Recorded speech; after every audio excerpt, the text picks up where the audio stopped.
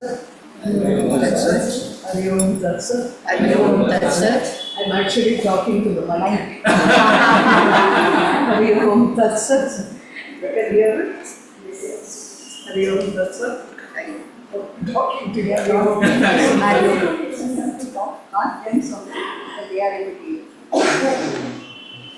This is enough, though. You can hear me at the back? Online. आगे Should we start? Can you tell me to start? I start. You can start. Sitting quietly, hands on the knees.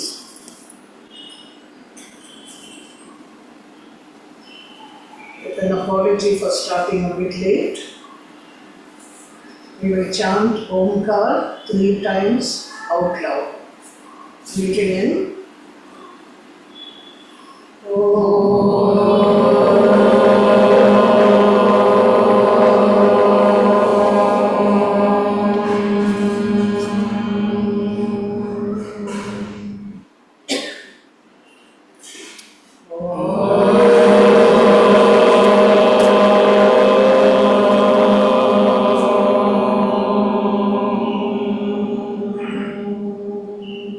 क्या काट रहे हो? लाओ ना इससे मत काटो, बस बेटा।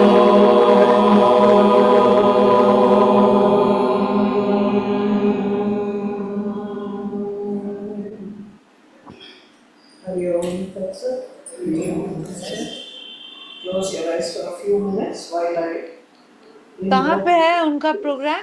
the Parampara. शाम पे मतलब सदाशिवसमारम्भाम् शङ्कराचार्यमध्यमाम् अस्मदाचार्यपर्यन्ताम् वन्दे गुरुपरम्पराम् श्रीगणेशाय नमः श्रीगुरुभ्यो नमः। Open your eyes. So first of all, relax. This is not an academic session. Okay? This is just a talking with each other about a katha. A katha will be like a Bhagavata katha, Devi, Mahatmiyam katha. It will be little stories and how we are going to decode what is said. So I will not go word by word. So I will go to the main aspect of each part. Today we will be doing the first charitra, which is the Mahakali aspect. So before we understand what is Mahakali, we have to go through the process of creation, how the divine comes down into creation and how creation is going up. So the story of Devi Mahatmiyam will actually begin tomorrow, the story itself. But today is the platform on which we will understand the rest of it. And I'll tell you when as it goes. If you have any difficulty in between, just put up your hand and we can handle it. So, yesterday is very important day today, very auspicious day. All this cluster of days that are coming now are very auspicious because this is the 5th day of the Gupta Navratri. 5th day is very auspicious for Mahasaraswati. Now, Mahasaraswati is not a devata that is generally looked for among people who are, looking for material wealth. Usually people will go to Mahalakshmi because you want to get a lot of prosperity, you want to repay loans, your company has to do well. So for all this, people will generally go to Mahalakshmi. So here today starts for us in the spiritual tradition. Mahasaraswati is the aspect of the Parashakti that we are going to talk about later, which we will be using for higher knowledge and wisdom. And it's very interesting also that yesterday was the Pran Pratishtha of Ram Lalla in Ayodhya. 2 years ago they did it. So I want to just remind you of the story of Sri Rama. Because it's all connected. Everything is connected with everything. God knows everything. So, if you go to the story, nearly everybody knows the story of the Ramayana. And Rama goes in exile to the Vanvas, and there at a certain time Sita, his consort, is kidnapped by Ravan and taken to nobody knew where. So now Rama, if he had to rescue her, and he didn't rescue her because she was his wife, he rescued her because as a king, it was his duty to take care of every subject, including the woman who is with him. Okay? So he know how to reach where she is because nobody knows where she has gone.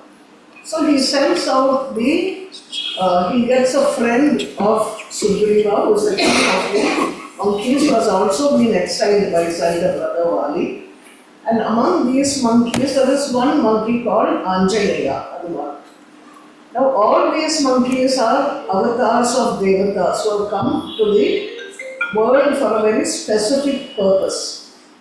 It was because of that purpose Rama also had to go into exile. So people might say, oh, Kaikeyi is a bad woman, how could she send him and make... This is, we are seeing it with our vision. You have to see it in a much deeper way. Rama came not to destroy Ravan.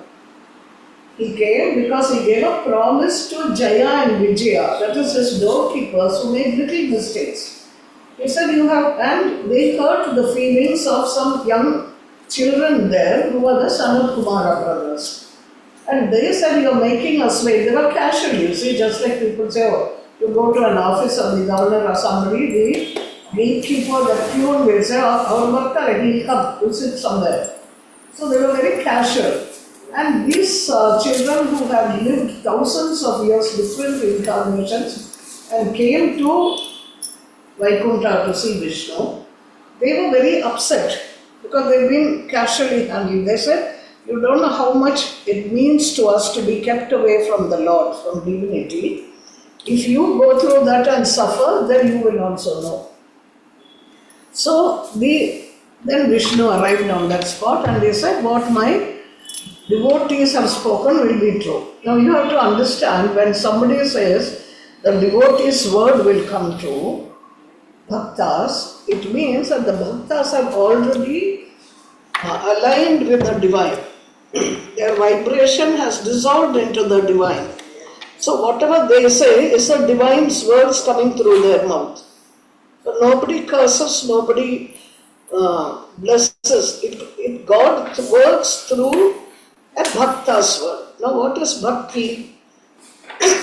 Bhakti is not emotion. Everybody will say, oh, you know, I'm a bhakta of so and so, I'm a bhakta of Modi, I'm a bhakta of Salman Khan, I'm a bhakta of Devi, I'm a bhakta of Vishnu.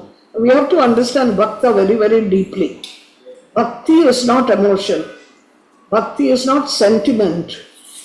Bhakti is the way that your inner attitude towards who you have bhakti for, and walking in the footsteps of what that person's ajna to you is. So if you have a bhakti for Vishnu or the Devi or something, you have to walk on the path they have walked. That is bhakti. And that is why, what is the path they walk on? It is dharma. Dharma is what keeps all the universes going together. Dhru means that which holds. So dharma means it is not just you and mine and my dharma and your dharma. It is the universal dharma. What is making the whole world carry on, the planets moving in such a way that they are moving comfortably without a problem. If there is a hitch here or there among them, then something will be set right. This is called dharma. So, when you see this, Rama was a dharma avatara in that sense that all that he did was aligned with the dharma of the Supreme. So then he sends the monkeys out in the story to find where Sita is, to rescue her. Everybody goes all over the place, they are not able to find, and one group of monkeys goes to the south tip of Bharatadesha, and they are informed by Jatayu's elder brother Sampati. Jatayu, is the a bhakta of the divine, and it's an eagle sort of. So that Sampati tells him, I saw a woman being carried away by a man in a flying chariot, and they went in the southern direction. So they know now where she is. They come, and the details of it I'm not going into because this is about Devi. So they come back and tell Sri Rama, and Sri Rama says, now how do we go to that place? You know, if you want to go from here to France, for example, you can't say, I've got the first class Audi in my house, it'll go fast. Or Mercedes, it'll go fast, I'll go all the way. You can't. You have to go to the airport. And from the airport, you have to fly. Because your Audi will not fly. So the same way, you have to make something on the ground that can help you move from the south of India, Bharat Desha, to Lanka. So they decided, the monkeys decided they would build a bridge. Now how to build a bridge? You don't have engineers, you didn't have architects, you don't have people who knew how to build a bridge. You could not go deep inside the ocean and build a platform to put the bridge on. So then there was some monkey in that group who had a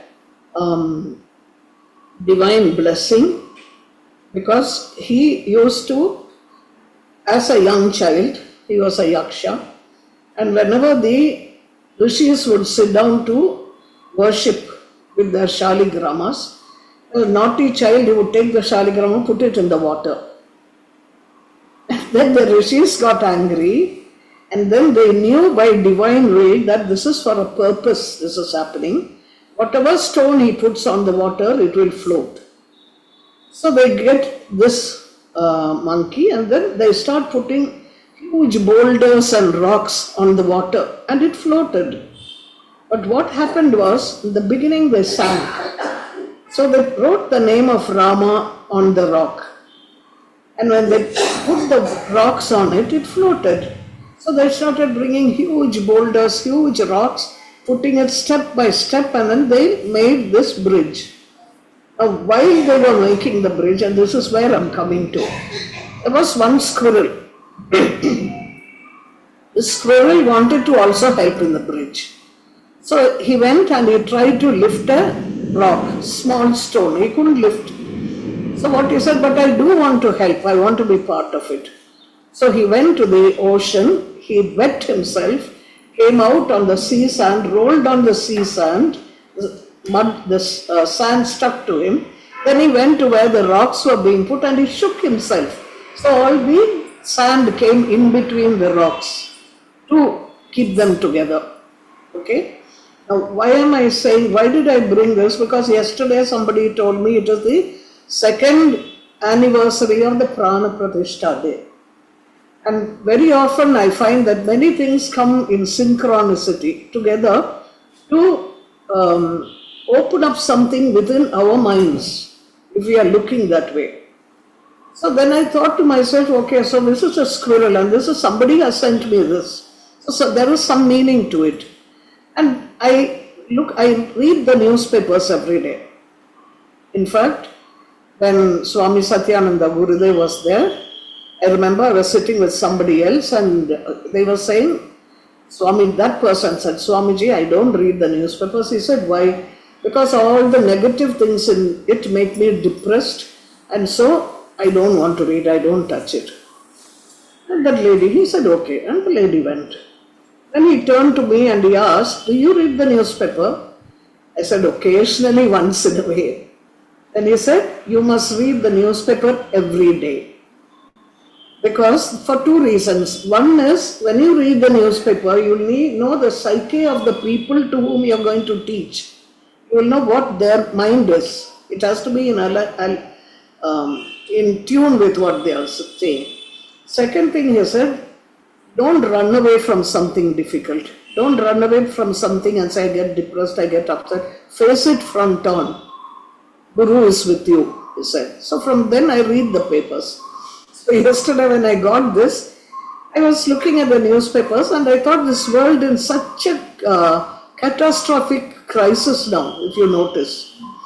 And the crisis is there at every level, geopolitical level, ecology level, environment, people to people, color differentiation, national differentiation, religious differentiation, and then you come to species.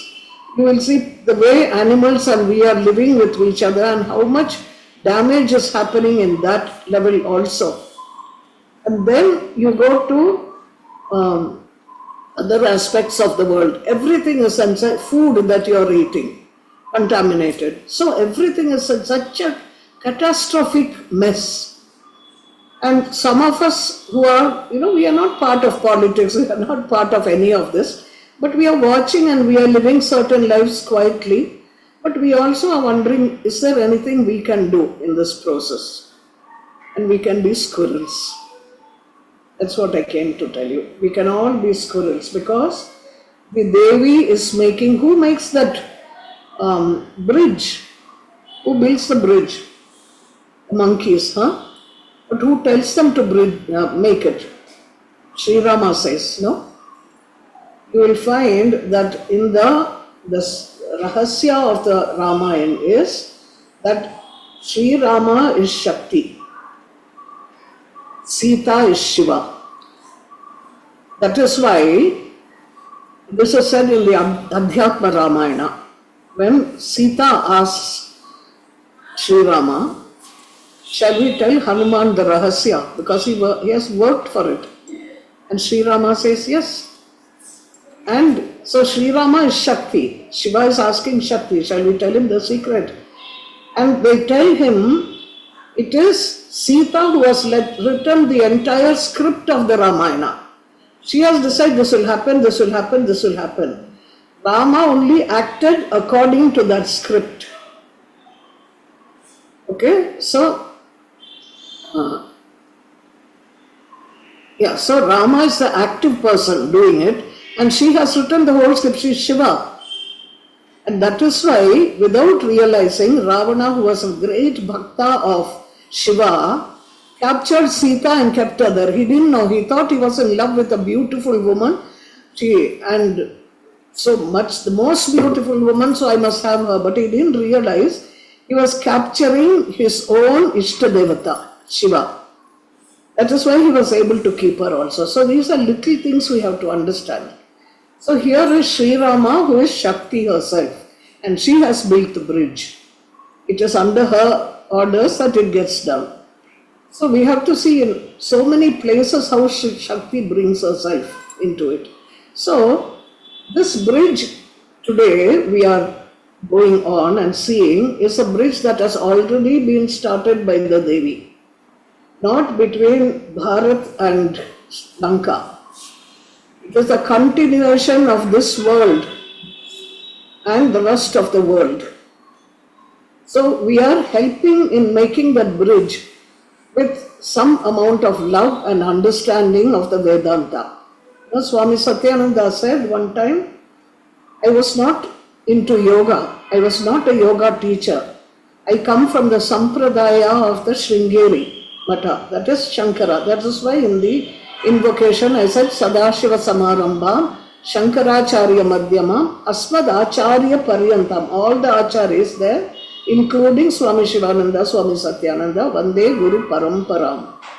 Because they are sending that energy one to the other, one to the other, one to the other. So when you have somebody like Swami Satyananda and today Swami Niranjan, they are carrying the power of the Guru lineage with them. Okay. So here you have, and they have already started building the bridge. They are not doing it because now there is a problem. Problem has always been there in the world. Wherever there is a rush for material wealth and material satisfaction, the spiritual goes out of the way, no? So the Devi builds a spiritual bridge. Whoever wants can walk on it. And anybody who is drowning can be pulled up by somebody who is walking on the bridge. So the bridge has always been there. Today we are stepping into it in this class so that by understanding the power and the might of the Devi, because it's called Devi Mahatmiyam, the glory of the Devi, By understanding it, we will also be able to walk as soldiers of the Devi's army to bring in a fair amount of harmony and peace into the world. The world of creation, not just human beings. Even among human beings, we always say, no? In some countries, we say brown, black, yellow. In India, you would say Brahmana, Kshatriya, Vaishya, scheduled caste. Very, very subtly, even if we say it academically, in the way we behave, we will know ourselves where we make this distinction. And what Adi Shankara says, he says in the Kshamapana Stotram at the end of the Devi Mahatmiyam, if you are used to chanting Devi Mahatmiyam, you will see that at the end of the Devi Mahatmiyam, you do the Kshamapana Stotram. That is, asking apology for the mistakes you could have done without realizing. And here he says, na mantro no yantro, tatapi cha na jane stuti maho. That is, I don't know any mantra. Imagine Adi Shankara is saying, and here we are saying, oh, I'll give you mantras. So this is our audacity. He is making us understand. Na mantram no yantram. That is, I don't know mantras. I don't know how to make yantras. We go to classes and we learn how to make Sri Vidya yantras, right? Tatapi cha na jane stuti maho. I don't know how to praise you with stutis. Adi Shankara is saying. Param na jane mudraste tatapi cha na jane vilapanam. I don't know the mudras. You know, we have different mudras in rituals. And I don't know how to give the story also, stuti katha, through stories of that. Na jane mudraste na chahvanam ahva to invite you. Dhyanam tatapi cha na jane stuti katha. I don't know to meditate, he is saying. I don't know how to meditate on you. Param jane mataha tvadanu sharanam klesha haranam. But I know one thing. When I surrender to you, my difficulties go away. So you see, this is something we have to know. Adi Shankara went to different temples, old temples, you know, he was years and years ago, centuries ago. And he made the Sri Chakram in different temples. You have one made by him, hand done on a stone in a temple near Srirangpatna. It's called, it's near Nimishambika, Chanambika temple. If you want, you can go and see, if it's interesting. So, because many of us can look at the bridge and say, how nice, but we may not walk on it. So, it is somebody who knew how to make that yantram who is saying, I don't know yantras. And why is he saying it? We have to look deep into this. Because there are two terms. One is jnani and the other is tattva jnani. Jnani is one who knows. He knows the Devi. But a person who knows will never say, I know, because he is not there. He dissolves into the Devi. If you want to know me fully or you fully, I must be you, no, to know every part. So he must become the Devi. His consciousness must dissolve into the Devi. Then he can say, I know. But it had not dissolved, because when it dissolves, and he won't be here to say it, he will be the Devi. That is the dharma of the people of that caliber. They will not say, oh, I know it, I will take you there. You know, they will not say, oh, Devi came to me in a dream and said this and that, and I am the chosen one to sit here. They will never say that. Because that is a dharma. You are not speaking the truth. And here he is speaking the truth, because all this I know, the yantra, mudra, everything. But actually I don't know it with respect to you. All this doesn't help me knowing you. But I know that when I surrender to you, then he doesn't say I will know you. Why? Because he says when he surrenders, you do not ask for anything. Krishna says in the Gita, no, that your duty is to do the action, not to look for the fruits. So if you say I will do 200, I will do 1,000 mantras, I will get this siddhi, you will go nowhere. But all these are given in the text because to give people an idea of if you want something, then you have a discipline and you have system to reach there. Just like children go from first standard till they do their PhD, they learn A, B, C, D in the beginning. By the time they finish A, B, C, D, they'll go to something else, sentences. But if you say, I know I want to be a PhD, you can't be a PhD unless you work that way. And that is what Shankara is telling us here. He is whispering in our hearts now and saying, you have to do your own work like I am doing my work. So, the individual consciousness, as whoever it is, will have to do that walking and not get carried away by enticements and promises on the side. You have to be very careful. So, this is the second thing I wanted to say to you. And the third thing, Vasant Panchami.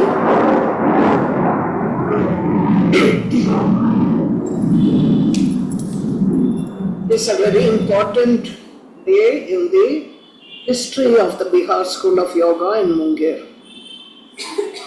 When Swami Satyananda had left Swami Shivananda and he wandered around as a Parivrajak sannyasi, he would pass through many places and he was teaching people Vedanta.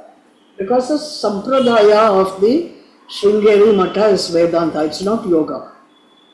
And at certain place he realized that you talk about Vedanta, people don't understand.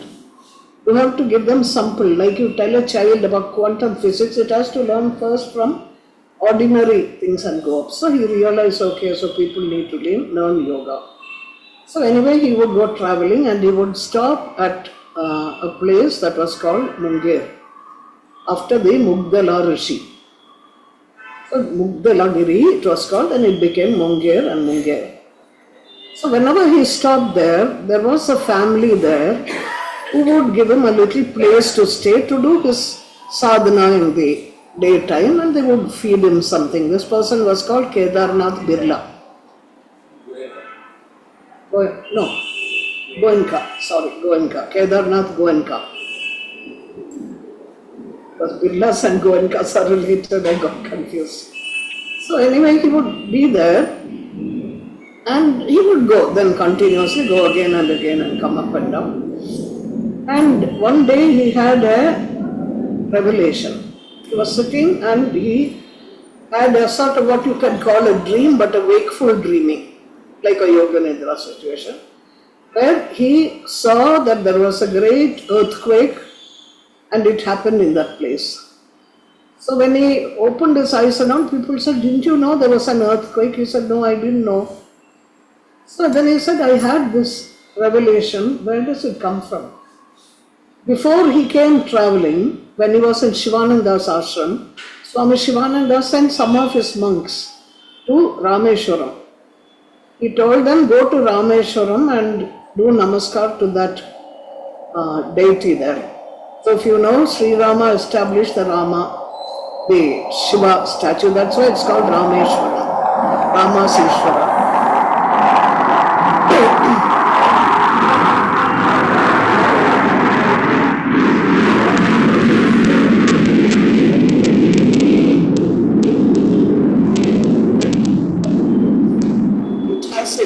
Also to this kind, can't stop for us. So, when he bent down to pray after the Aarti at Rameshwaram, he suddenly had a glimpse, a vision of a place on a hill with buildings on it and a nadi flowing by the side. Then he knew it was something to do with him, but he didn't know what it was. So he kept it in his mind, and after many years he even forgot about it. Then this Kedarnath Goenka, when he was coming so many years, this going to Rameshwaram 1950. 1964 or around that time, he was in Munger and he was sitting and thinking to himself, now it will be nice if I had this bit of land, I can do some work on it for what I am doing instead of roaming around. At that time, Kedarnath came and gave him a little piece of land, a small place where a small hut was created, and that day was the Vasant Panchami. So, Bihar School of Yoga started much before Swami Satyananda actually formally made it. Many years later, if you remember, Indira Gandhi was sent to jail. If you remember that time, people who have grown up at my age will remember. Emergency, and then she went to jail. Then she was voted back when she came out. When she was voted back. One of the first things she did was she wrote the whole land there with the mountainous area in Swami Satyananda's name. And so I was there when Swami Satyananda said this. He said, I never made any application to her. I never go to any ministers, any politicians. I just said, somebody is doing it through me. And he didn't know, she never met him, he never met her, but that land came. That land was the capital of Angadesha. This is where today the Bihar School of Yoga sits, Ganga. And then when they started saying, let us construct something there, the people who were there, some people who came there said, we will get architects, we'll organize. So he didn't interfere at all. When the building was coming up and he saw the plans, he suddenly remembered, hey, this is the vision I had that day in Rameshwaram. So as he said, he always said, it was not my dream to make Bihar School of Yoga. It was not my ambition. It is there in his writings. It just happened, and it happened through me, but I didn't do it. So when Swamiji went to, when he left Munger, when he was going on Parivrajak, then he went to Rikya again by Agnya from the Guru. I remember people came to see him that last time, because till then for many years he was not available to people. And then many people came and wept, Swamiji, you're leaving and going, what happens to Bihar School of Yoga, what happens to Munger? And the thing he said made such a deep impression on me. He said, what about Munger? I didn't do anything there. He built it, if he wants it to stay, it will be there. If he wants it to go, it will be dissolved. I am only a postman, he said. So we must always remember that whatever we are doing, we are just couriers in the spiritual life. Nobody can say, I did it. Now he was walking the path of Dharma. That's what I wanted to say. Like Sri Rama walked the path of Dharma. He didn't say, I am the king here, Sita should not be exiled. He didn't say it. He did his Dharma, what he should do and not what he wanted to do. And that's the same thing with Swami Satyananda also. He did what was ordained. He followed the dharmic track, not what he wanted to do. He said, I never wanted an ashram, I never wanted disciples. I wanted to be all alone on my own. But this happened and I followed it. So dharma there becomes a very important point, and that is why I brought this to you about the, the importance of the Vasant Panchami today. Vasant Panchami is a very important part of every religion. In Hinduism, the religion moves towards looking at Vasant Panchami as a time when Saraswati manifested herself. Saraswati, Mahasaraswati was a part of Durga. This is Durga. This is Durga who is active. That is Shanta Durga who is without gunas, who is peaceful, not active. And you will know more about it as we go on. So, here, what was I talking about?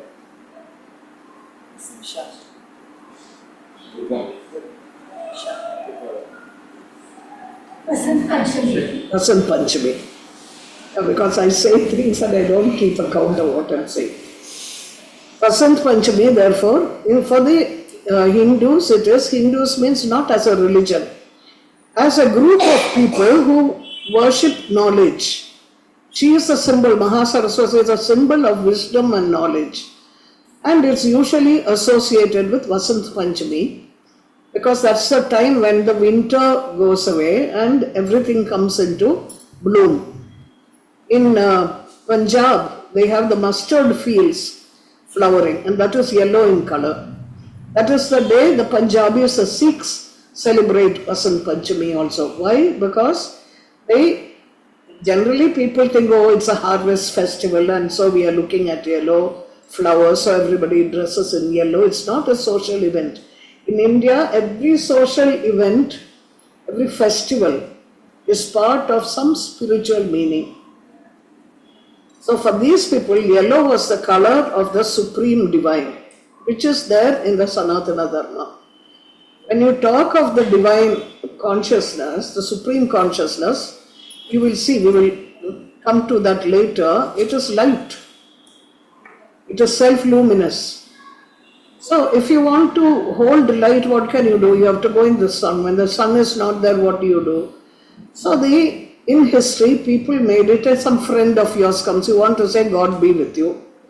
You want to give them something. You can't catch light and give them, no? So people said, what is nearest to the light is gold color. So they started giving little bits of gold to people. That is why they gave Stri Dhan to the women. It was not a dowry. I'm sending you to the other house. Take with you all that you have learned spiritually and help the other people also walk on that bridge. That's the meaning of Stri Dhan. It's not dowry. Not the way it is used now. That was the British influence which said the dower, because the British had the dowry thing. So then this gold, you could give little bit of gold to the daughters, because they could not stay there and share the harvest with the son. The son would stay there, his wife would come there. So they will get that part, and what she could not stay and do, she would get as gold, as jewelry. Now after some time what happened? Everybody cannot give jewelry. Gold prices became higher and higher. People are poor, they don't even have food in the house. What can they give to somebody who comes and you want to say, may God be with you? A friend, a relative comes. So what did they say? What is closest to gold is turmeric powder. So when somebody comes to the house, you give them arshna kunkuma.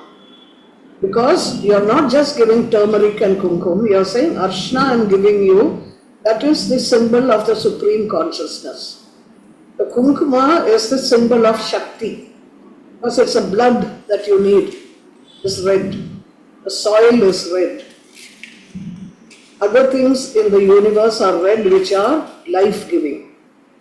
So red is the color of Shakti. That is why you keep Shakti wearing a red sari. So when you give arshna kunkuma any time in your house, haldi kumkum, please remember what you are doing. Don't say, come take haldi kumkum, take this, give and go off. Explain to the people. The thing is, we are all ambassadors of something. When you walk on the bridge, when somebody comes and says, can I step on it? Come, I'll tell you why you want to step on it. We need to explain to other people, so we share a common culture. And that is the culture of the spiritual aspect. And when you share a common culture, you will find how close we are to all other religions. By that, what that prophet said, not the way it is misinterpreted today. There is misinterpretation in Hinduism also. That is why you have division.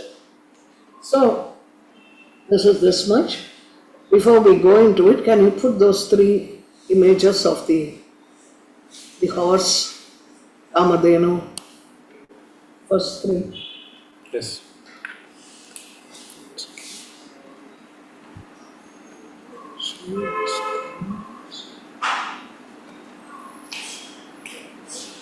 I'll give you three pictures. You can see after that you can see the picture of what the Devi herself says. Next one. Yeah, one second. Next one. This is Durga. Durga, or this Devi of the Devi Mahatmiyam, is a combination of Mahakali, Mahalakshmi and Mahasaraswati. And they are all three one. But we take them in stages because we need them in stages to understand. So when people pray to Mahalakshmi for wealth or prosperity, they are praying to Durga. You pray to Mahasaraswati for knowledge, you are praying to Durga. You pray to Mahakali for helping you with darkness, you are praying to Durga. This is it. Let's go to the next. Okay. This is a picture of Kamadhenu. Now what is Kamadhenu? Kamadhenu is called a cow. And this cow features in all our Puranas. When the Samudra Manthan was done, the cow was one, the Kamadhenu was one that came out of the ocean. And when it came out, it was a divine cow and it was given to the Sapta Rishis for their help. And what she did, this cow did was, she helped, took after their physical and material needs and gave them spiritual guidance on how to continue on their path. So now you have to remember, these are symbols. All animals in the Puranas and elsewhere are not as you see them as cows. This is a symbol of a state of consciousness, which is in the spiritual life. Cow in the Vedic symbology means light. Gomati means the mind that is lit. I told you about light. Govinda is he who takes care of the light. He who protects the light. Gopala takes care. Govinda protects the light. But to explain it to people, it so happened that Krishna was also a cowherd. But this is the inference we have to understand, because what did he protect? He protected the light. Govinda, Govinda we call. Why? Because he knows the light. How does he know what the light is? He knows it because he is the light. So we have to understand this. So when you see Kamadhenu, don't say, oh, I wish I had a cow like that. It is not a cow in essence. Go means a cow also. Go also means the earth in Sanskrit. So when you're talking of Kamadhenu, you're talking of a wish-fulfilling cow. So what is the wish that the cow fulfills? Depends on what you wish for. Supposing you are praying a lot to Kamadhenu, to a statue in your house, and you want plenty of money, dollars to pour into your house, you will get it. But that is only a desire. When you get it, there will be problems associated with it. People will ask you, where did you get it from? The taxpayer will be behind you. There will be, today you have cyber crime, people trying to take away the dollars. So the impression is that anything that you ask for materially, you will get it. You will have problems with it and it will go also. It's not permanent. What is permanent is the spiritual, the Devi inside you, inside every person. That individual consciousness is a part of the supreme consciousness. So that supreme consciousness, when it becomes different forms, it becomes this mic, it becomes this, it becomes me, it becomes you, it becomes the clock, everything has its own dharma. The clock won't get up and walk, but it will give you the time correctly. The mic can't tell you the time. It will amplify sound. So everything has its way of staying together, holding together. And the qualities that go into that something is called dharma. So now you have this, the Kamadhenu itself. So they say when you have a Kamadhenu, you don't need to ask for it or pray for it. If you are on the path of dharma, that power of the Devi in the form of Kamadhenu, that's what it is said. They say it in this picturesque form. It comes into your life, it looks after your material needs, whatever you need, takes care of your family, and it helps you into greater knowledge so that you can go into spiritual path. So this is Kamadhenu. Okay? Now come to the next picture. Looks like Kamadhenu, right? This is called the Burak. The Burak is a mystical figure on which Muhammad the Prophet was transferred from Mecca to Jerusalem, where he is supposed to have gone in one night through different heavens, where he meets the different prophets of the tradition, Jesus, Moses, everybody, and he goes to the highest And there he is told that for the sake of the people, you have to teach them how to do the Quran 5 times a day. Right? Now here, what is the horse? The cow, I said, is illumination, light. What is the horse? You hear Ashwamedha Yaga, no? It is not just a horse. A horse is symbolic. In the Veda, the horse is symbolic of power, speed, prana. So when you say you have a speedy horse, you're a great king, you're a warrior, you're becoming powerful, you have that prana in you. And that prana is taking you places. So the horse is always symbolic of prana. Speed, which is fast, speedy and powerful. So when you see this burak, you can understand it, yeah? And you will see wings, even Kamadhenu has wings. What is the wings representing? Anything that flies, except for penguins who stay on the ground, all other birds fly, right? So it means it is something that helps your consciousness fly into higher dimensions. That consciousness which helps you is called the burak. And you will find it has a peacock feather tail, right? The peacock feather has got 5 colors. And these 5 colors are very important. You will find Krishna wearing a peacock feather, Saraswati wearing a peacock feather in some pictures. And the Buddhists have a meditation, in that meditation of how to deal with death. They have it while they are alive. And in that they will say, now you are going through like Yoga Nidra visualization. Now body is left and you are going through a different dimension altogether and you see. And what do you see? Among many things, you see angry souls. This is because all your negativity is coming to the fore. Don't get attached. Don't be afraid. Just let it go. It will go by itself. Then second thing, you will come to these colors. Now don't look at where these colors come from because these colors are colors of the elements. You know the Pancha Mahabhuta? Earth, water, fire, wind, space.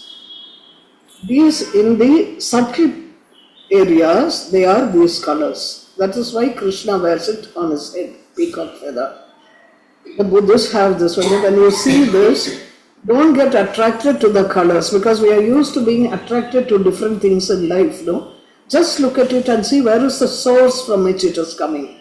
You will find the elements. So it is that this is what the peacock feather is represented of. So we are talking of the same thing.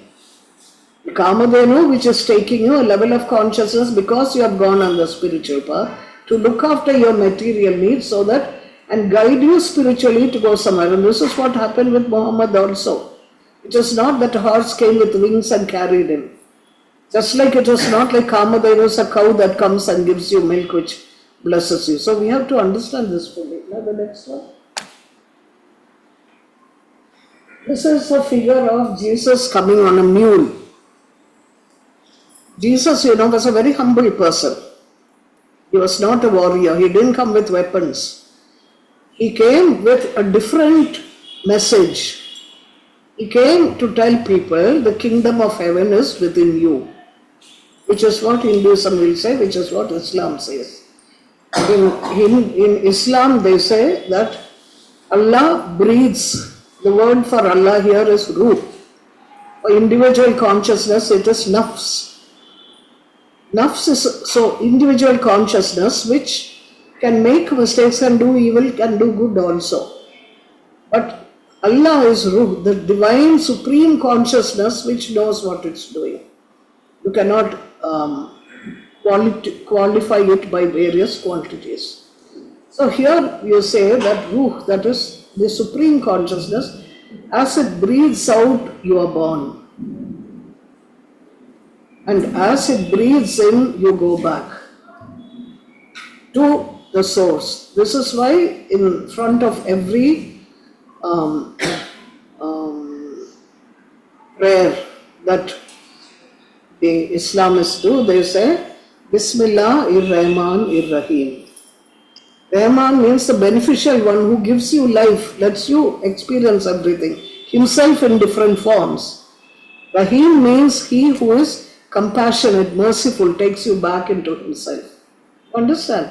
I make this point every time I say, because in Vedanta, and Vedanta is not a concept, it is how we have to live. There is no difference between one religion and another religion and another religion. Everything is within you. That's what the divine says in every scripture. And we'll know how it comes in this. So in Christianity, Jesus came to say, it's not, I'm coming to say, not because I'm coming with a sword and thing and I'm fighting with the evil people of that time and I'm taking you to safety. No.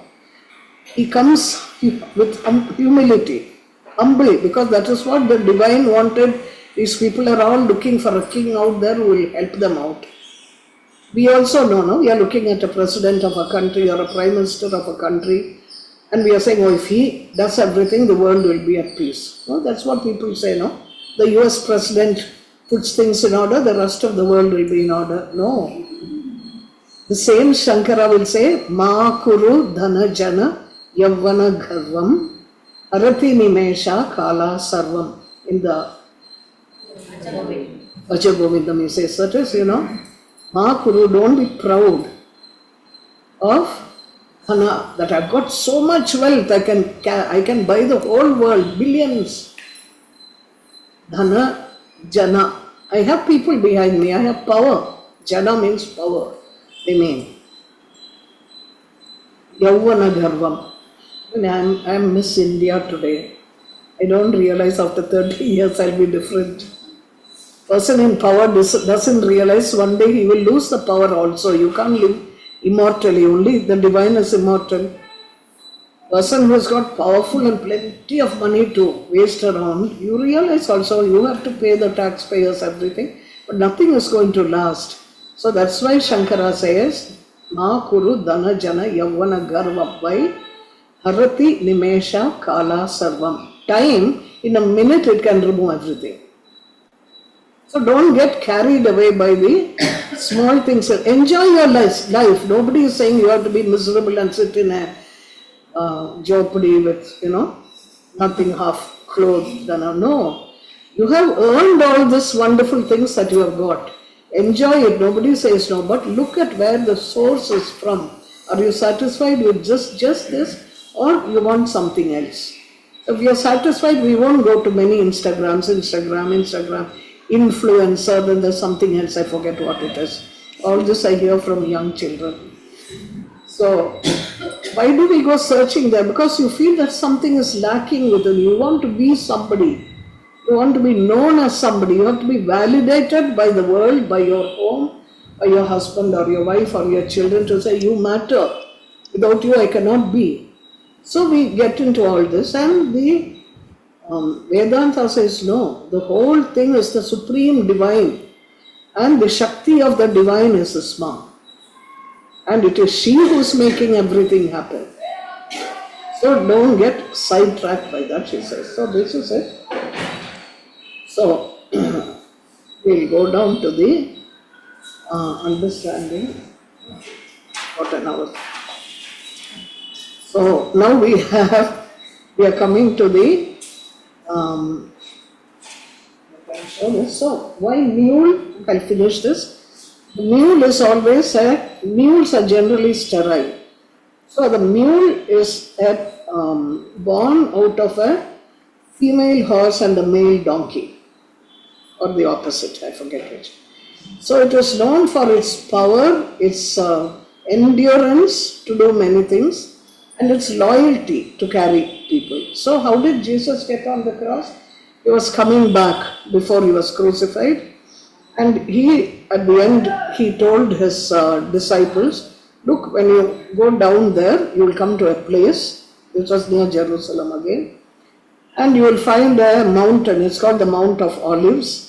Near that you will find a mule that is tied there, and mule and a colt. You ask that man, say, we need that mule and colt. And the disciples asked him, but supposing they say, why are you taking it? Nobody those days asks how much you will give. So you see, the Lord wants it, and we will give it back to you after the time is over. So they bring the mule, and they put a cloth on it. He sits on that mule, And he goes into that place, Jerusalem. And people know, seeing him, that you see, we say kala in Kannada, that is, the aura is there. You know when you see an authentic person, though he looks very ordinary. So immediately they spread leaves, palm leaves, because there they had a lot of palm trees in front, and spread cloth, and they welcome him, say hallelujah. That is welcoming him. Here comes he who is come to speak the word of the divine, and to that extent he is divine. So they welcomed him. Much later he was crucified. This is what they do. If you remember, before the crucifixion, before that they have certain ceremonies where people will make crosses out of the palm leaf. The 40 churches. days fasting. 40 days fasting. Yeah. Then they celebrate Easter. Correct. Easter when he died and he is supposed to have risen. Around the same time, which is sometime in April. February to March to April, that time there will be, around the same time Ramzan comes. So here is, I'm trying to tell you how it is all the same. So don't look at a Muslim and say, oh, he is a Muslim, let's get rid of Muslims. No, that is not Sanatana Dharma. Vedanta says every person is a creation. If they try to disturb you or destroy the peace or destroy somebody else, you call them a terrorist, whatever community, caste they are. And the leader of the country has a duty to protect the country and the citizens from damage. So they will fight. It doesn't mean every Muslim is a terrorist, every Hindu is a terrorist, every Christian is a terrorist. So because I'm saying this because very recently when the Christians were trying to celebrate Christmas, a number of people, Hindu people, went and broke the trees, broke the festivals and did trouble. Now that is not Sanatana Dharma. Dharma is different. You can be an extremist in any religion. When you differentiate, you become an extremist. But what does the divine say? Vedanta says there is only one supreme consciousness. And that's what we are coming to now. The supreme consciousness, the next one. So you see, the supreme consciousness in Vedanta is called Parashiva, Parashakti. Parashakti, not two. It's one energy, one consciousness which you can call either Parashakti or Parashiva. But we don't know it. Now for example, because I'm talking, you can hear me. Because the mic is working, we can hear each other. Now can you see the electricity going through the mic which is changing? We don't see it as formless. Even that you can see with a certain technology. But the supreme consciousness, that is the highest reality one, which is true in Christianity, it's called the Holy Spirit. You have it in Islam, which is called Allah. People call it Sri Rama, some people call it Krishna, people call it Devi. It doesn't matter what you call it. If you have a house and you have children, one child comes and calls his father Appa. Another child has gone to an English school, come and says, hey Pop or Dad. Someone says Anna in some community. It's the same person, no? Different people called by different names. That doesn't make them different. They are all the same children. So you have this and or something. This top one you can see Parashiva, Parashakti, that is one. They are not two. You can call it the Parashakti or you can call it Parashiva, because Shiva in our understanding is consciousness which is static. It doesn't move. It is just there. It doesn't do anything. And Shakti, consciousness, as the same consciousness as dynamism, is called Chit Rupini. The consciousness is called Chit. And the Shakti in it, that same thing, is called Chit Rupini. So Chit means what? Being. So Chidananda Rupaha Shivoham Shivoham Chit. Jesus will say, I am that, I am. So people will say, I am that, I am. So what is he talking about? Tat. That is that. You can't call it male, you can't call it female. I am. I just exist. So this is the supreme consciousness. If you want to see it as a static thing, you call it chit, and as an active, the dynamic, the same energy, it is called chitrupini. Okay? Both chit and chitrupini are nishkala. Nishkala means without any parts. Kala means a portion, no? Kala of something. In art, you say she has the kala, she does dancing. It's not the whole of art. There is music, there is painting, there is elocution. She does one part, so she is a kala. She is in kala. Kala means a portion. This does not have portions. It's nishkala. It is complete whole in itself. Nishkriya. There is no activity. It's without activity. It remains as it is. Then you have ashabdha. It is beyond the range of sound. Sound is vibration. Then beyond vibration you won't have anything. It's beyond sound also. That is why we cannot, you will find in some Upanishad, I forget which one, Taittiriya or something, the elements, they quarrel among themselves. Who is the biggest? Let's go and ask. Then they go to a voice. And the voice will ask them, they'll ask, who are you? And this voice will tell them, now tell me, as Vayu comes, can you move this straw? So the man will, this Vayu Bhagavan will blow and blow and blow. He's not able to move it. So he comes back. And then they say, Yato vacho nivartante aprapya. That is, where sound does not reach.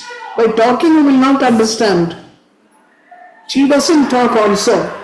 It is consciousness which has to move into your consciousness. That's why we invite her, come into my consciousness. She's already there. It's not that she comes when you call. What you are doing by calling Avahan of Devi is, or anybody, but I'll stick to Devi here because you are doing Devi Mahatmiyam. When you call, she allows you to awaken inside her and you see her, oh, she's come. You feel happy. But she's always there. Even if you don't call her, she's there. Because there is no place where the Devi is not there. Every particle in the universe, dust, everything contains her because that is the supreme consciousness. Then she is amanaska, beyond the mind. That is why, however much, thank you, however much, I'm not going to tell anybody. Am I supposed to show it from this side, is it? I don't know. Hold it from that side. Like this. Hold that I side. hold this side. You can see how dumb I am. But I'm sitting here. So, you see this Nishkala, I told you, Nishkriya, Ashabda, Amanaska. It's beyond the mind, it's beyond sound. You cannot talk about Devi and understand. That is why Shankara says that actually I don't know the mantras because what mantra can bring you here? You're already there. He says, I know that by surrendering to you, to that consciousness, you will remove my difficulties. I see the difficulties going away. He doesn't say, please remove my difficulties. So that is the true bhakta. So that the same reality is the cause of the process in which creation begins. This creation, this thing. And when the process of creation begins is called, the same reality is called Parameshwara, mainly for our understanding. Supreme consciousness, from him everything else starts. The 5 elements of tattvas happen. And then put the next one. I cut it there. So out of the same, because the world projects, when it starts projecting, it's called Parameshwara, the Supreme Lord, who is in the process of creation. Now from him, there are 5 pure tattvas that come out. Tattva means a vastness, that's what it means, of the Supreme. So these 5 are Shiva Tattva, Shakti Tattva, Sadashiva Tattva, Ishvara Tattva and Shuddha Vidya. These are very pure. They have not started becoming forms. So what is Shiva Tattva? Shiva Tattva is a pure chit, which is just their consciousness. Shakti Tattva is the Ananda. You know, we say, what's that? Three things. Satchit Ananda. Okay, the chit is there. Ananda is the Shakti Tattva. Why Ananda? Because she is the active person. She's active, so active that she's brimming with love in our language. Brimming with love, and she bursts out into creation. That aspect is called the Shakti. Mind you, she hasn't yet started creating her, she's just now brimming with all this. Spanda, they call it. Then it moves into what is called Sadashiva Tattva. Sadashiva Tattva, the vibration start, Nada. Nada Brahman, we say. And at that time when it starts, this was the first time this consciousness chit looks and says, I am all this. Not like this, I am all this. All this, I am all this, I can be all this. That is Sadashiva Tattva. Then that Sadashiva Tattva is associated with Icha Shakti. Now Icha is desire in our language. But Icha, when you come to the Bhagavan, to the divine, it is not desire because he has everything. What would he desire? It means a determination, something he is going to do. It is his ajna that this will be happen. Bhagavat Icha, they say. So that is Ishvara Tattva. When it comes to Ishvara Tattva, from Sadashiva, I am all this, the emphasis changes to this, all I am. No, I am all this, aham, that is, aham idam, I am all this, the aham is predominant. And the next, when you come to Ishvara Tattva, idam, aham, all this is me. Emphasis goes there. When you come to Shuddha Vidya, here it is jnana that comes in Ishvara Tattva. It's dominant, jnana. You come to know, this I am. Then Shuddha Vidya, where here, Mahakali, Kriya Shakti. She makes a balance between aham and idam. It's no more I am this or all this is me, I am this. Everything is me. It becomes equalized. Because remember, we are talking of consciousness and energies. Don't think of this as people. So when this consciousness comes about, till then it is a Shuddha Tattvas. Okay? Now enter the Ashuddha Tattvas. The purity is gone. The first of them is Maya. Maya is the Shakti's quality to help you to differentiate.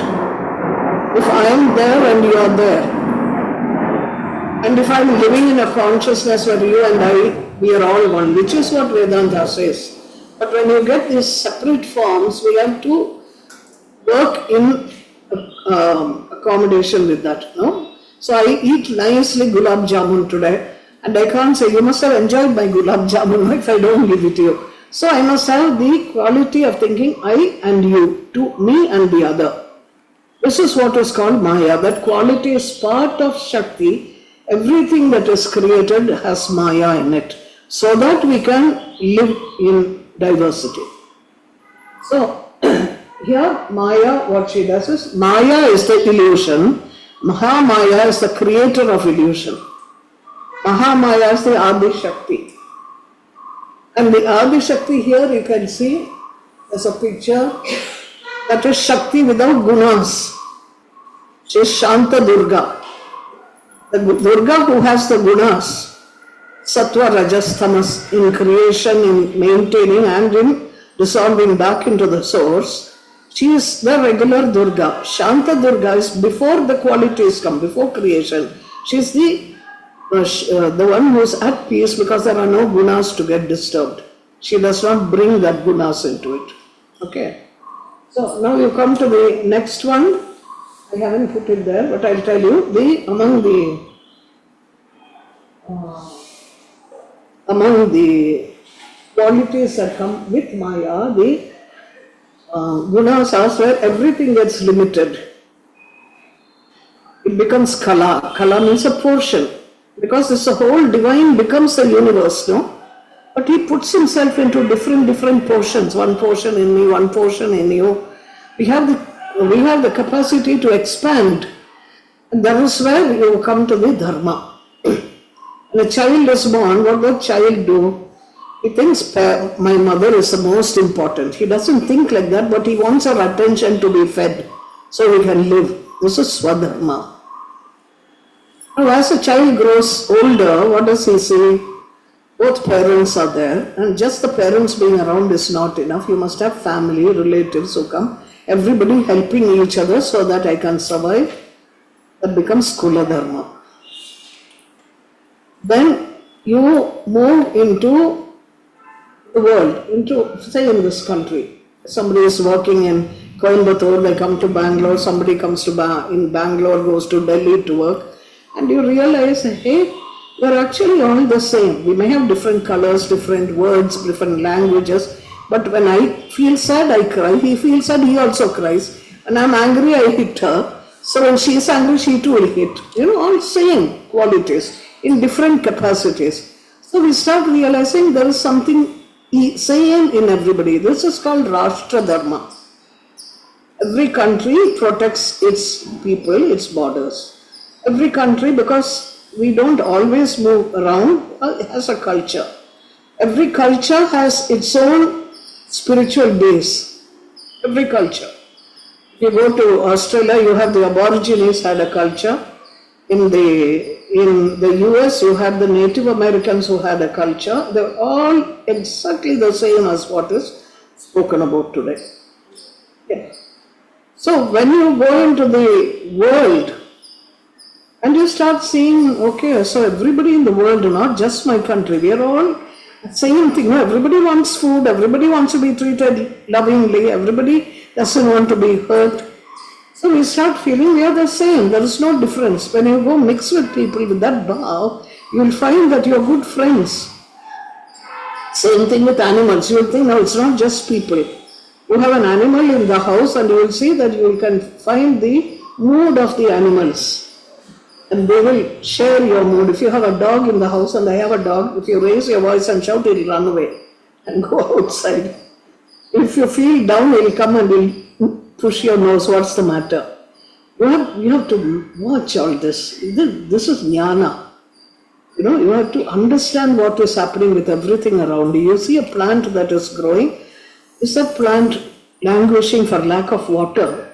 Why should that plant be there for you to? Somebody cultivates rice and you get rice at home and you eat comfortably. You don't think, where is that rice coming from? Who is cultivating that rice? What soil is giving the fertility to bring up the rice? Somebody is harvesting, somebody is bringing it, somebody takes it to the market. The man who is selling it and you buy it. All these people we are all one group. So when you start seeing this and you see everything, we are all so interconnected, it becomes, you expand.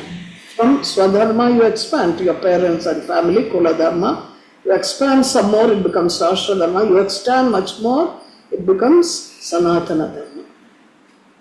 That is Sanatana Dharma. That is the basis of Vedanta. And the Sanatana Dharma is for it's not India. It's not ours. Some people will send me a message, our Sanatana Dharma. I said, how did you get to owning Sanatana Dharma? Sanatana Dharma is the divine, the Sanatana means the old, the ancient Dharma that has come through every culture. So there is nobody outside of the Sanatana. This we have to understand. So in Maya, you have these qualities where you have it lessened, so you have Kala, a portion. I can do only my portion, you have to do your portion, no? But we will do it together. Kala, time. What is infinite? No? What is the divine consciousness is infinite, but we are all there, infinity. But we see ourselves only as small portions, not as Maya. We don't see the link between you and me. This is called Kala. Kala. Niyati.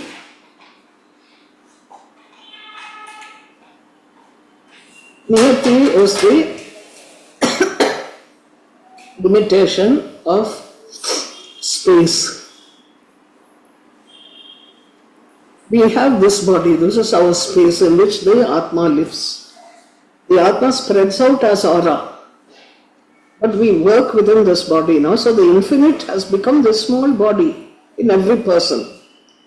So who measures out this infinite and makes it into different portions? This is called Maya, because Ma means measuring.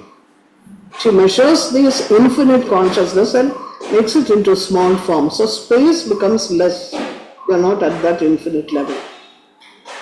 Then you have Raja, attachment to particular things. Some people are attached to certain things, some people to other things. But we coordinate. No? The man is attached to the soil and is attached to the rice he is growing. You might be buying the rice here, you are attached to it, but you are linked with him in some way through consciousness. This is Vedanta. Vidya, limited knowledge. This is not the Shuddha Vidya. Shuddha Vidya, that is the supreme consciousness which has all the knowledge. Vidya means limited knowledge. I know only this much. Somebody knows psychology, somebody knows riding horses, somebody knows playing chess, someone knows cricket, somebody knows dressing up. Doesn't matter what it is, but when you go deep into any particular kala, you will get Vidya, deeper Vidya of the Supreme through that. That is why in the Indian dances and all you have Bharatanatyam, you have music. Musical vibrations are set. That's why people make this alapana, they make it on the spot, they get into that mood, they move into that vibration and they bring out this musical notes. You will see that on the second day at the end. So, everything has those vibrations. Sculpture, when they do sculpture, they do the mantras when they are doing originally. Even now some people do it because there are certain measurements by which you can't make anything. How to bring energy to a particular concentration. Temples, when you build, how to concentrate energy in one place. So when you go there, you will get the best of it. So all these rules were put into position by people who understood them and who wanted to help us. They are the original builders of the bridge on which we are walking today. Okay. So I just thought you must have an idea of this. This is a descent of the divine into creation. Now the ascent, we are all here now, we have to know how to go up. So can you put the next slide? The Kavacham. Kavacham. Kavacham. We'll do this next and tomorrow we'll do the Kavacham. Because tomorrow we'll go into Devi Mahatmiyam. Thank you so much. Now how do we ascend? The ascending of consciousness is what is called the chakras. Chakras are not little things that are going like wheels in your spine. They are dimensions of consciousness. And it is these dimensions of consciousness that we have to get in touch with before we understand where we are stuck in our consciousness and why we have to go high. So we should not imagine that just because we do the chakra meditation, we have reached. No. Those are steps along the way. Otherwise, you will have a world full of enlightened beings, no? And enlightened beings won't talk about it also. That's another problem. As if they talk, we won't understand. So we have to walk and we have to find where the thing is. So we come to the Mooladhara chakra beginning. This is the earth element. And you can see the elephant, two elephants there. You always look at the Vahana, it gives you a clue to something. Elephants are the most powerful land animals. They are able to carry huge boulders, tons of boulders and tons of wood they carry from place to place. And generally they are used by kings or idols, sacred vigrahas. You don't get any man generally getting on a horse. You can't even afford an elephant in the first place. I knew a person in Kerala who had an elephant. He was an ordinary middle class person. But finally he had to give it away to a temple because he couldn't afford to feed them. Frightfully expensive. And he did those many years ago, that was. So here you have this elephants showing that.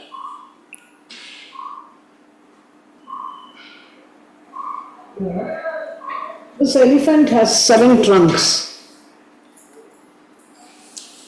What it shows is that it is carrying the weight of all the other chakras, the dimensions of consciousness on it. This is where the Kundalini is asleep and wakens up, the Mooladhara chakra.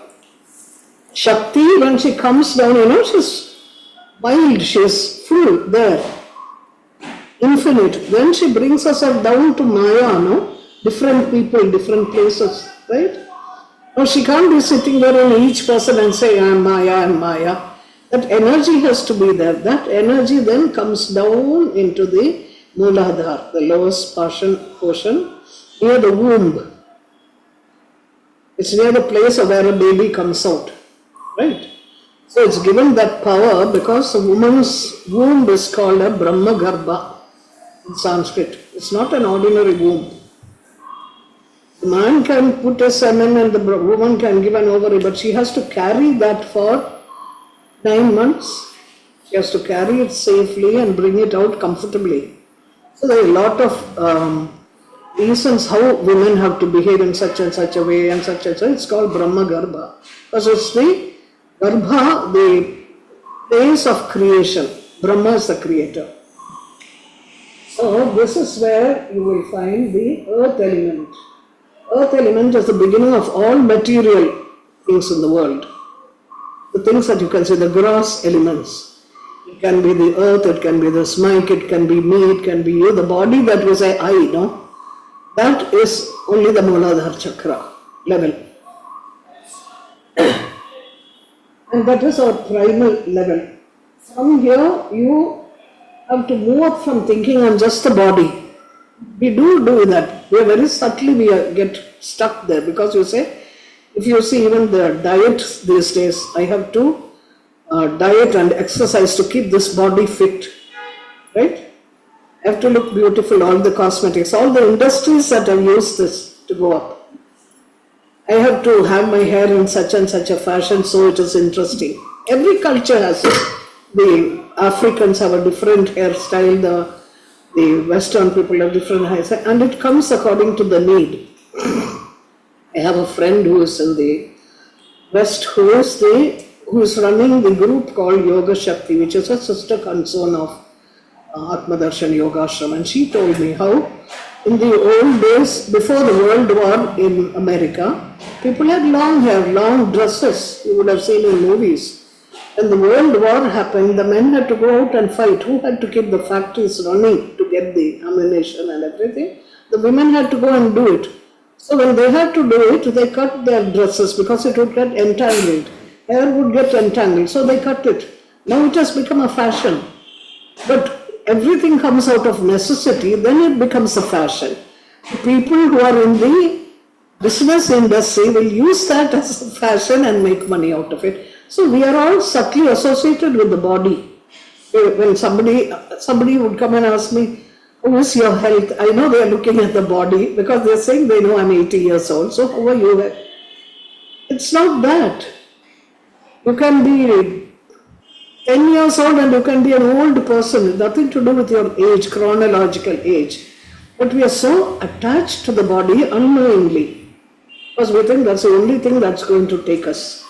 So that is when we go beyond that and say there's something more to me than just this physical body. Then we go to the next chakra, which is Swadhisthana. Swadhisthana means Swa Adhishthana, your own place. where you live. You are the Atma. Where do you live? You live in your emotions and your feelings and your thoughts and your mind, right? Even if you have a body, you realize, yeah, this body is like this, but I must look nice with this body. No, I must look healthy. It's a thought. It's a feeling. You have schools where you have children saying body shaming.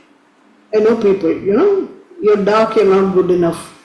Or, there are places where say you're scheduled caste, you cannot drink water here, you move out. You're talking of the body. So, these are thoughts, feelings, emotions. That is the second chakra, the Swadhisthana, and Swadhisthana is about the alligator. Crocodile. So what is so special about the alligator? The alligator lies quietly. If you see any crocodile, when you go there, it looks like a piece of wood. You don't even know it's anything. It looks like it's sleeping. But you go near it, suddenly it'll snap. The thoughts are like that. Feelings are like that. So I don't feel anything. I'm not afraid of death. Why should I be bothered? I know I'm immortal. Vedantic talk. But suddenly you get a breathing asthma and you can't breathe. That suddenly that fear comes up. Swami Satyananda had a disciple once, many years ago. Many years ago. Forget his name also. He sent him out into the world to learn more and to move with people. He had a practice, Swami Satyananda, that whenever sannyasins had come to a certain maturity, they won't sit in the ashram. He'll send them out into the world so that they can test what they have learned in real practical purpose. They have to move with the common people. So that is what he would do. It is not that he was sending them out as punishment, didn't want them or anything. It was Guru never punishes. He always does something so that you get better out of it. You don't have to stagnate at one level. So then when you come to, I was coming to that, so the alligator, when you start watching, this is why the understanding, avagamana, it says in Sanskrit, understand, look at what you're doing. You see, sometimes when you see just an ordinary conversation, a child is asking the mother, where did you go? 4-year-old child, where did you go? A business corporate executive, big boss is asking his assistant, vice president or whatever, where did you go? Then a mother is asking her daughter, who is coming a little late from school, where did you go? Doesn't it mean different things? When the big boss is asking his junior, he has sent him on something very important. So he comes back and he says, I talked to so-and-so, the vice president of another company. Then the boss will say, where did you go? He wants to know where. Oh, you should have gone there, you would have met the director, or he is on leave. Now, when a mother asks a teenage daughter who comes a little late, where did you go? What she's asking is, what trouble did you get into? Why are you coming late? Right? We're all mothers and mothers. When a child asks the mother, 4-year-old child, where did you go? If the mother doesn't understand, she will say, oh, I went to the mall and I got this and I brought this chocolate for you. Where did you go? The child is saying. What the child says, why did you leave me and go away? So we have to look like this at our own emotions, feelings of why did I get upset in this situation? I might get angry at a servant in my house because she's slow. And I might be telling her, why can't you do things a little more smarter? Then if I look into it, I'll find I'm not angry with her. I'm actually angry at my own helplessness, which is mirrored in her. Yes, so you have to go deep into, analyze yourself, go deeper and deeper, understand. That is what they mean by avagamana. And that is what Swami Niranjan said when he came last time on the thing. He asked a question at the end, last day. He said, when you want to go on the spiritual path, what is the quality you must look for? Previously he had talked about bhakti. Few people came up with compassion. He said, not compassion, not love. understanding. Because if you don't understand, you don't even know whom you want to be kind to, no? I was in Pondicherry or somewhere once, and there was this man dressed like a sadhu. He came and he pointed out. I had some food with me. I gave it to him. He said, no, money, he said. And then I don't carry money with me generally. So I said, I don't have money. I called a friend there and I said, can you give this man some money, poor man? Then that hotel man came and said, please don't give him any money because every day he goes and buys drugs. So you have to know who you have to be kind to. No, I'm such a kind person. You have to understand. Then only your work becomes dharma. Otherwise it's not dharma. And we want to walk on the path of dharma. So this is the, and that is these animals, vahanas, are always giving us clues. Look at yourself. The alligator saying, I am you. I can be ferocious, I can be vicious. As an emotion inside you. You have to understand me. Then you will be able to go around and move above. That is what the Vahanas are saying. Just look at chakras as just something rolling around at the back. So the third is the Manipur chakra. This is water. The Swadhishtan. Water, because water is flowing comfortably. It will go around rocks everywhere. It can go under the floor and come up also. It's very like emotions. It can come through any way, but at the same time the water can be very feeding to a fertile area. It can come as a huge flood and wipe out buildings also. So all this is in that animal. When you come to the third one, Manipur chakra. Manipur is the navel area. The navel area, Manipur is very important. When a fetus is in the womb, the umbilical cord from the child's umbilicus is connected to the placenta of the mother, where both share a function. Now, when the child is born, then the umbilical cord is cut and he has to be on his own. But here, everywhere, the understanding is the powerhouse or the nutrition of the energies is in the navel chakra. So I don't know if some of you have felt it, that when we were growing up, I remember people, when they oiled your body when you were a child, they also oil the navel and do this, so it's healthy. When they have Ayurvedic procedures where they drop certain oil in the navel, not because the navel is a hole there, because it is in touch with the energies of the Manipur chakra. Okay. In the Buddhists, when they pray, they say, Om Mani Padme Hum. Oh, watch, Om is the money. Money means a jewel. The jewel, the lotus of the jewel that is there. Watch that. Be aware of your breath, it is saying. In other words, how does your prana come to you? Through the breath, no? This is why you have Bastrika at the... all is not done just as a technique. You have to see why it is being done. Go deep into it, understand it. And then you have this, in the Mahabharata war, Nakula and Sahadeva, when they said Krishna blew his conch, the Panchajanya, and Arjuna, Devadatta and Poundra for Bhima, you come to Nakula and Sahadeva, Sughosha and Manipushpaka. What are they saying? He had that prana. It's not just blowing a conch. When you blow a conch, what are you doing? You're proclaiming what you're going to do. That's what a conch is. Like you ring the bell, that means it's time to come to the dinner table or whatever it is. Bell doesn't give you food. It's proclaiming, this is it, come here. So Manipushpaka means he had so much prana in him that it was like, it was so delicate, that prana. Your breath is so delicate, no, like a flower. It is not a force. So delicate like a flower. So it was called Manipushpaka. And among all the people, among the Pandavas, he was the one who people went to him, both the Kauravas and Pandavas, when shall we start the war so that we'll get success? At the end, Bhishma says the Bhishma goes through a huge lot of challenges, which he has come to learn Dharma. And he asks Krishna, why did I make a mistake? I had to suffer so much.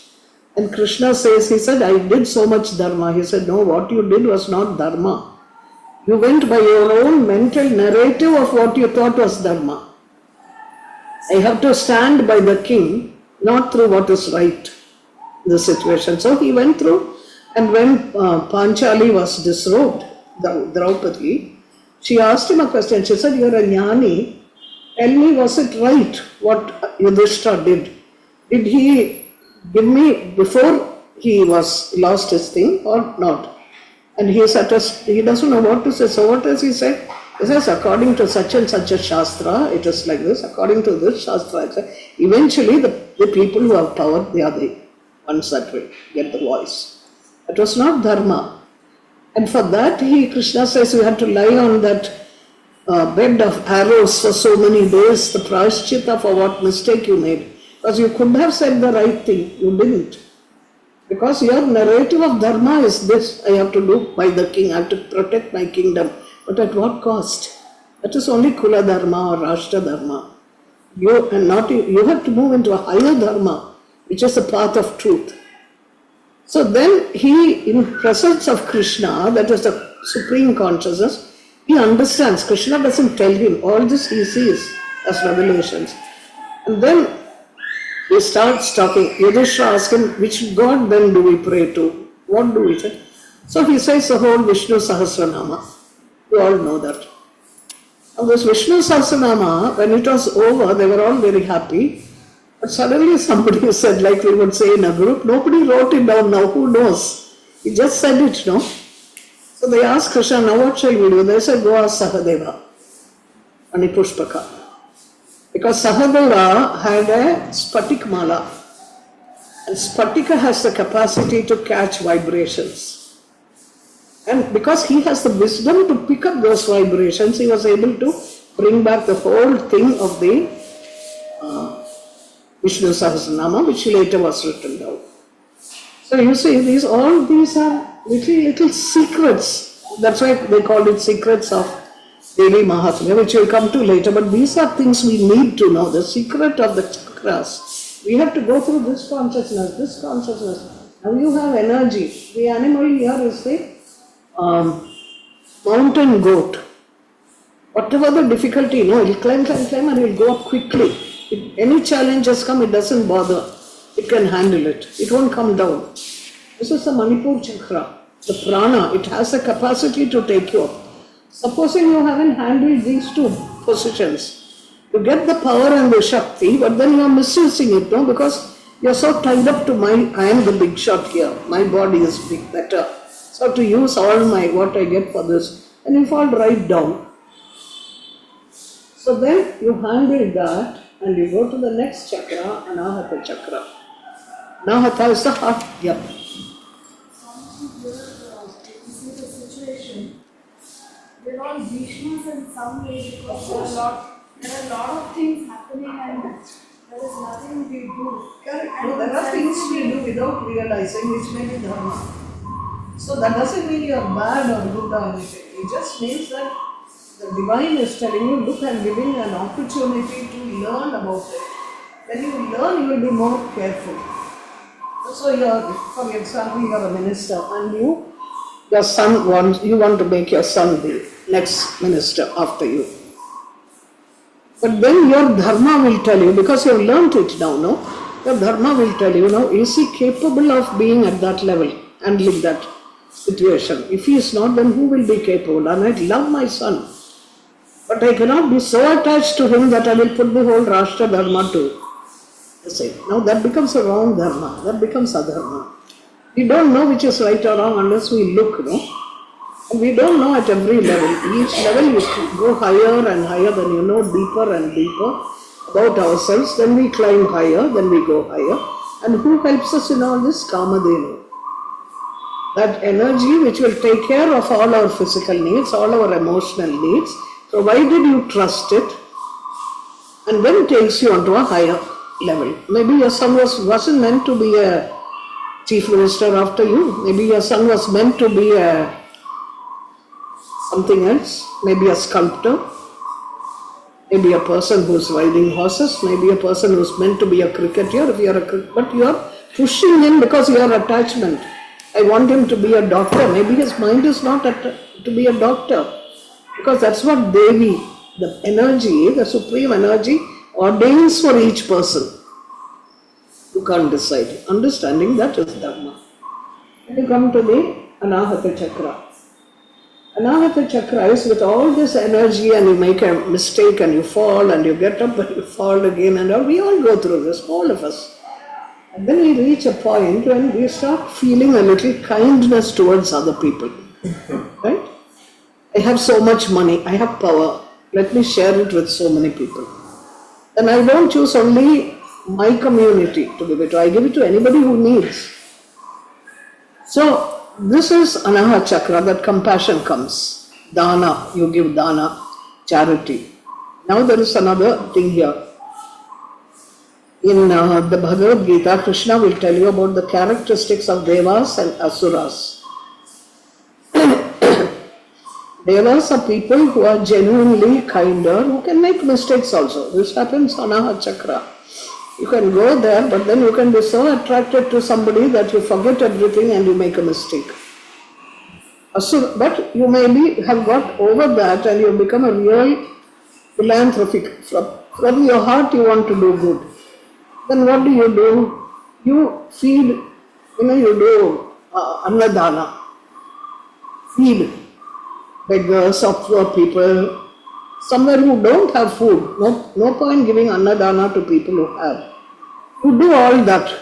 This puts you in the Devata bracket. Then what do? You turn around and somebody said, hey, why are you late coming from work or something? Then you say, oh, I had to feed so many people, I fed so many.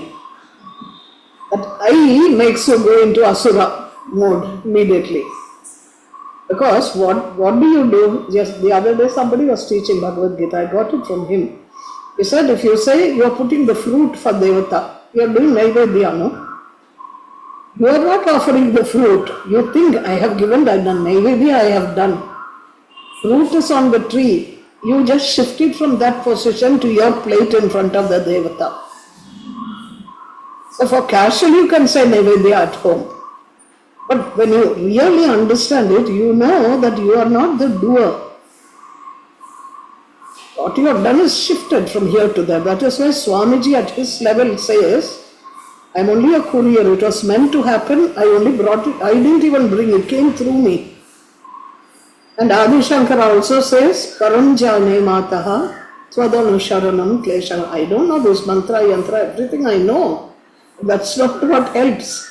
Eventually you have to surrender. You can't, Krishna says, you can't do something for benefit. Patanjali will also say same thing. Siddhis can happen along the way. Don't get attached to siddhis, you'll come down. So you can't say now, you've done so much, you've got so much happening. Wow, I must be great. You're not great. It's just something going through you and telling you, be careful. So that's what we need to understand, that we are not doers. We think we are the doer. I have done it. No, I there. We all have it, even I. Just saying, this is an advice to all of us to be cautious. And this is up to the Anahata Chakra. True compassion happens. When you find people in every spiritual tradition, Muhammad was a true compassionate man. Why did he go into spiritual life? Because there was a tribe before him called the Quraysh tribe, and they had become very wealthy by the way they did business. So at one time he said, it's not fair. Allah did not want people, only some people to be rich, some people to be poor. There has to be equality. So he moved into the spiritual path.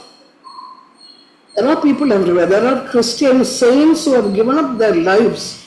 There was a saint called, somebody, I don't remember the name.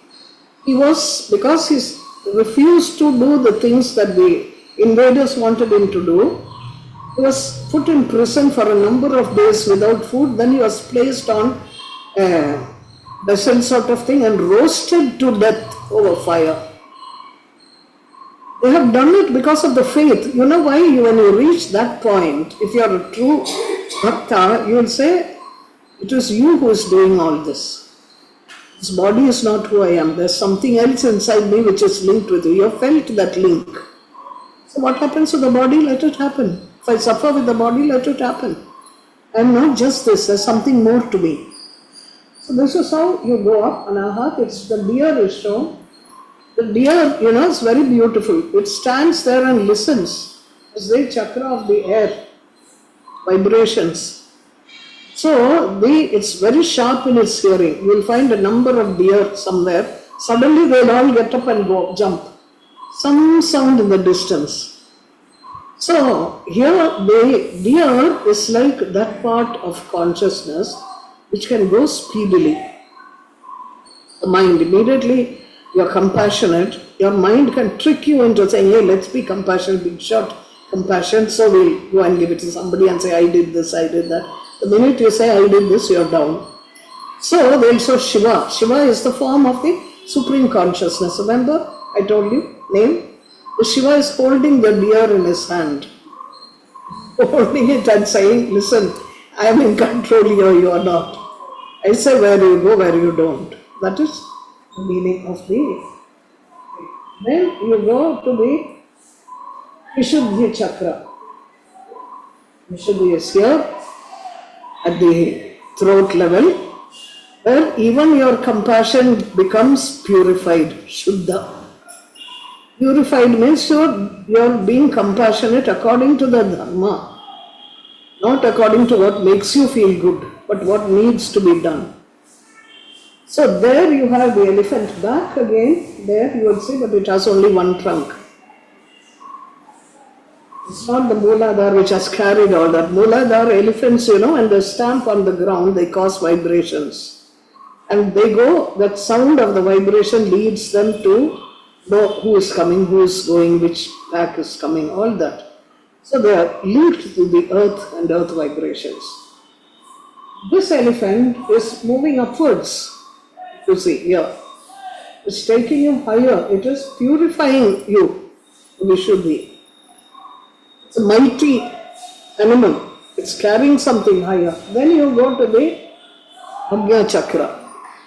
Agnya Chakra is the eyebrow center, and we put our two or whatever is done at this point. Every religion you will find it. In the Christians they will say the name of the Father, Son and of the Holy Ghost, right? Islam, they put their forehead, the Agnya Chakra on the ground when they do the namaz. So very sincere person who is very strict, you will find a black mark on their forehead. So Agnya Chakra, you will find two swans.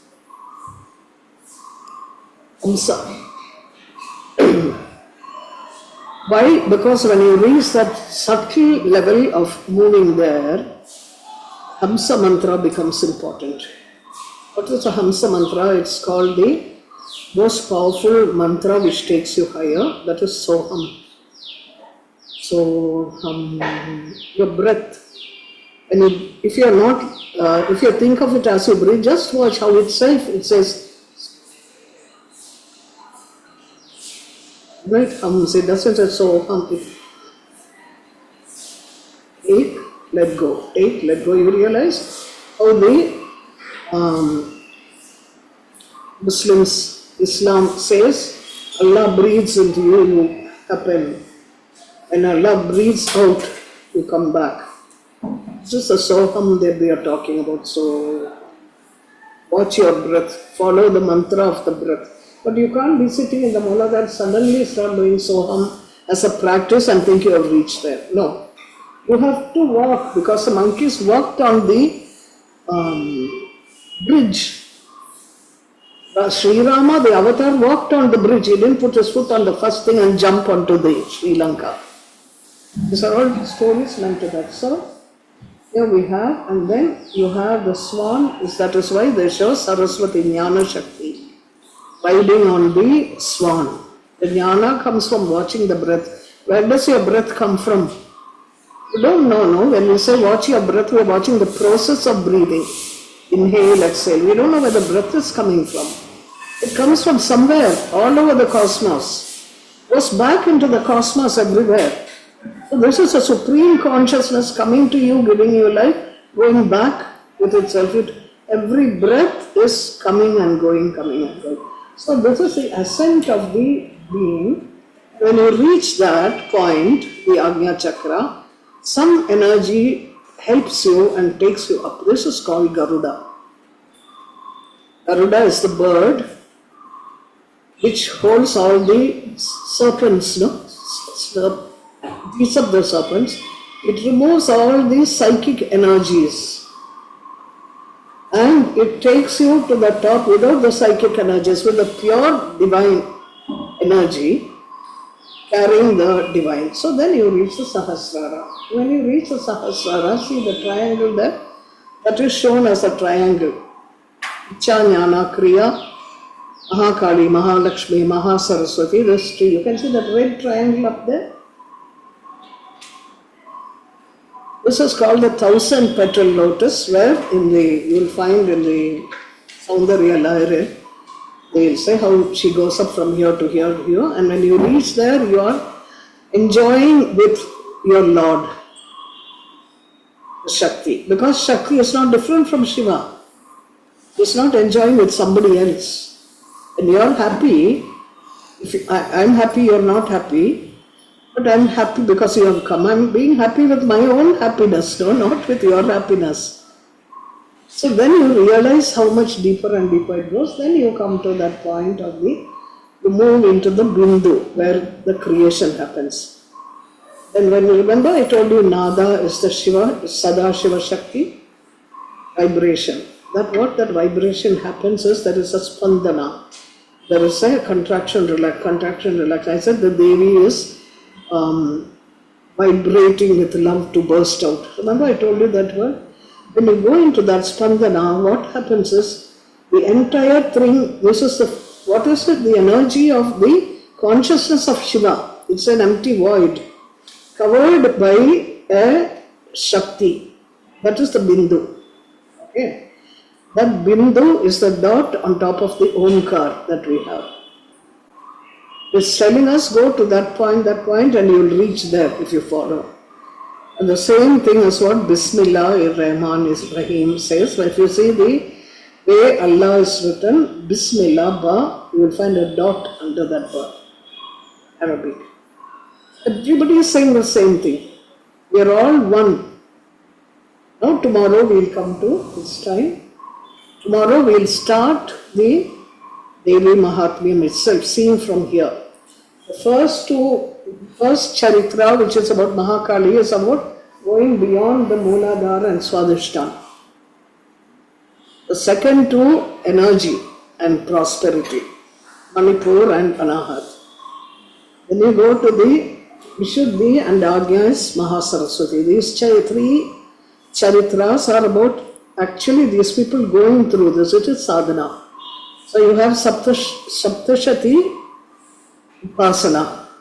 Saptashati Upadesha is Bhagavad Gita. Same 700. That is Upadesha, this is Upasana. Same thing that Krishna says to Arjuna.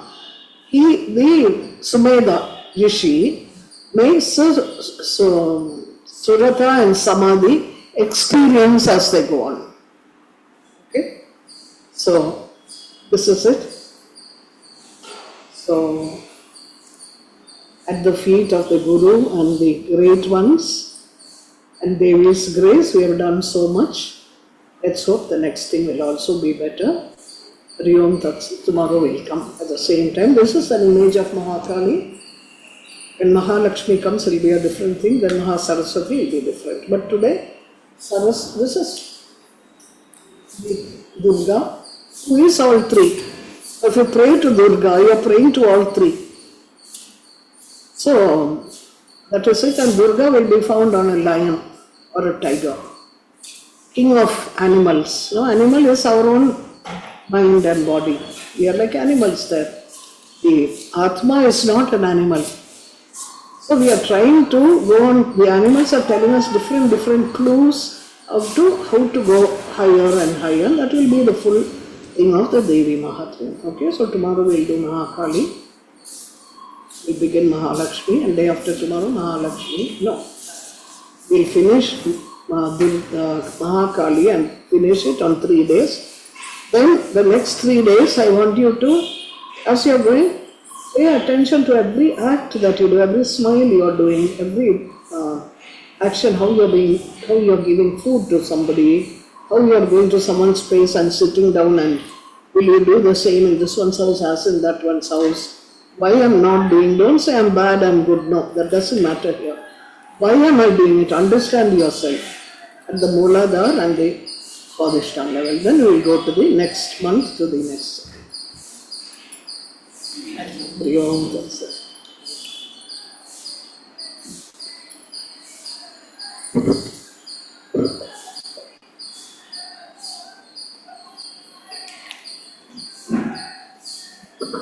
They want to leave this here only. No?